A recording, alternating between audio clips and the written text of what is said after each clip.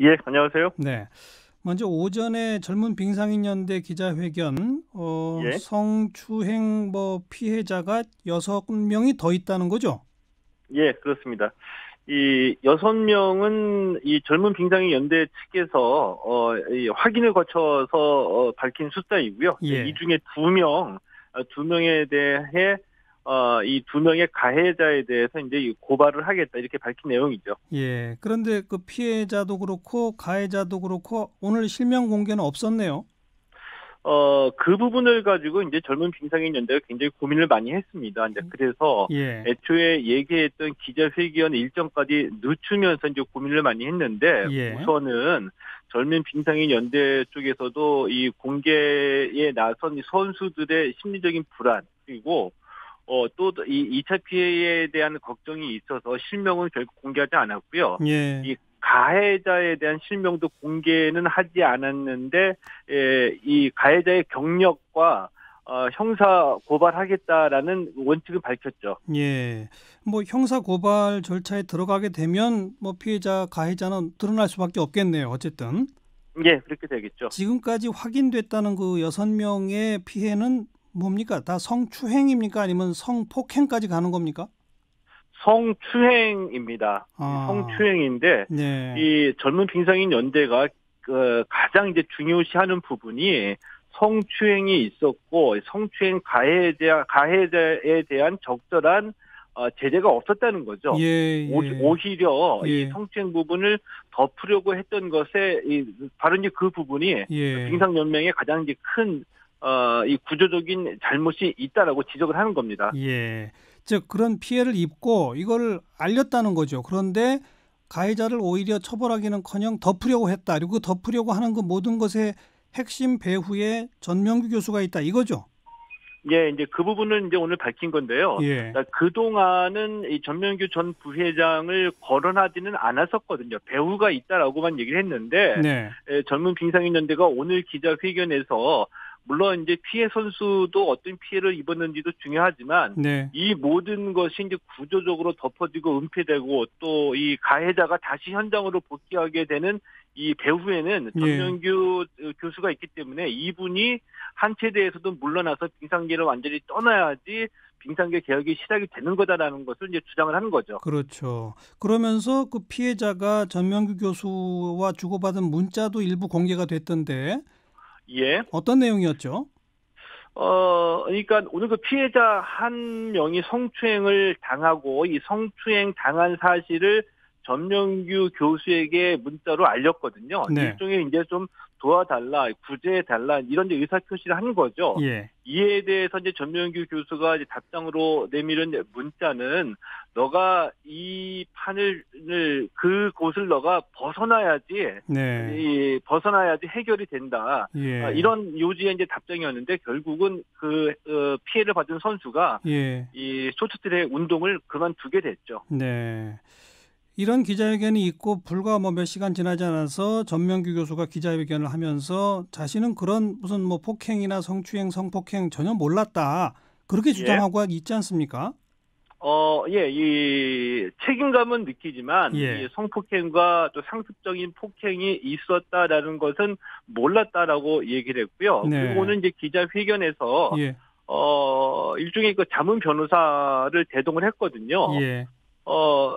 이 늦게라도 자신의 입장을 밝히게 된 계기에 대해서는 오늘 오전에 대한체육회가 빙상경기연맹에 이제 문제가 있으니 예. 빙상경기연맹을 해체해서라도 잘잘못을 가리겠다라고 발표를 했습니다. 이제 이 그렇죠. 얘기를 듣고서 예. 잘못하면 이제 빙상경기연맹이 이제 해체가 될 수도 있으니 내가 입장을 밝히겠다라고 해서 나온 것으로 보이는데, 예. 근데 답변 내용을 보면은 뭐 자신이 좀 불리한 내용에 대해서는 기억이 나지 않는다. 그리고 예. 성폭행과 폭행은 적극적으로 부인하는 것으로 봐서 아마 오늘 답변에 대해서는 그 변호사의 자문을 거친 것으로 네. 좀 저는 이제 그렇게 받아들입니다. 근데 오전에 공개된 그 문자 주고받은 게 사실이라면 모르고 있었을 수가 없는 거 아닐까요? 이제 그런 추측이 강하게 예. 성립이 되죠. 이 문자뿐만이 아니라 이제 지난해 국정감사에서 이 전명규 감독의 녹취도 공개가 됐거든요. 네. 이때에 이제 심석희 선수가 폭행을 당하고 폭행당한 사실을 기자회견을 열어서 알리려고 할 때에 예. 그것을 전명규 교수가 본인이 직접 막았다라고 얘기한 녹취 부분도 공개가 됐습니다. 이 예. 부분에 대해서 예. 전명규 교수는 얘기한 내용 전체가 공개가 되지 않았기 때문에 일부 아하. 오해가 있을 수 있다 이렇게 답변을 했습니다. 예. 뭐 일부 오해라는 표현을 사용했습니다만 어쨌든 뭐 폭행을 당했다라고 주장하는 사람들의 하소연조차도 몰랐다는 것은 조금 그러네요. 그죠?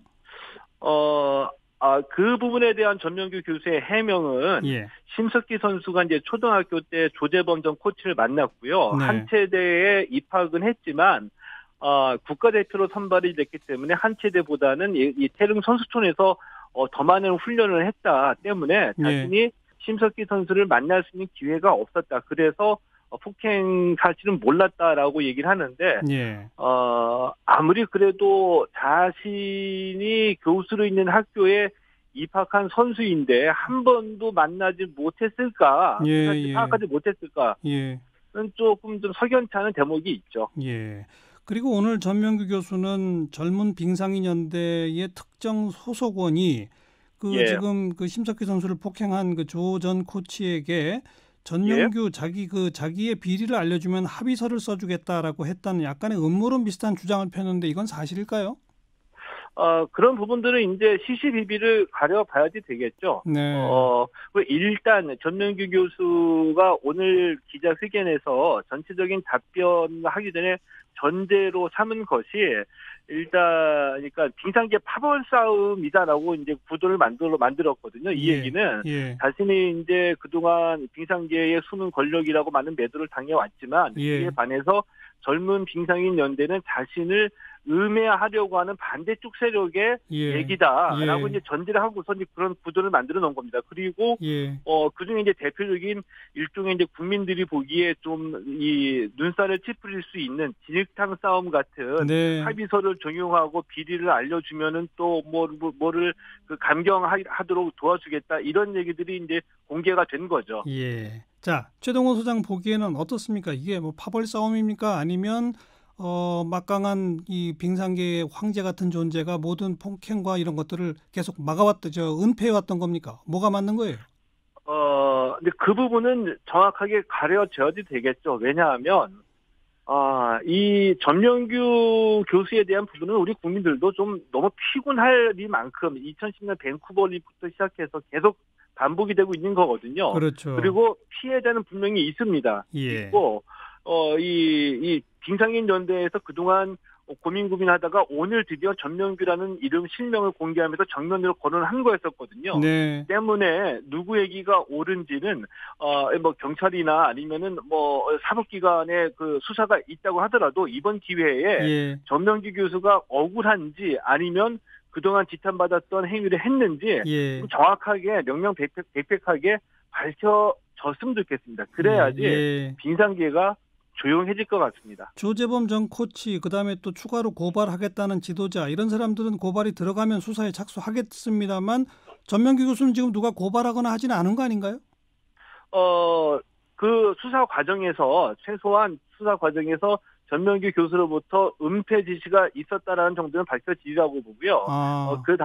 그리고 이 한체대 같은 경우에도 지난해 교육부로부터 이 전명규 교수의 중징계를 내리라고 요구를 받았는데 이 교육부 요구에 반하게 그냥 3개월 감봉이라는 경징계에 그쳤거든요.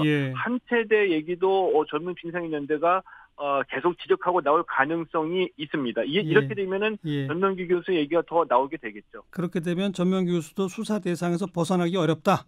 이제 공식적으로 사정기관, 검찰, 경찰의 조사를 통해서 밝혀보자 이 말씀이군요. 그렇습니다. 네, 여기까지 듣겠습니다. 고맙습니다. 고맙습니다. 스포츠문화연구소 최동호 소장이었습니다.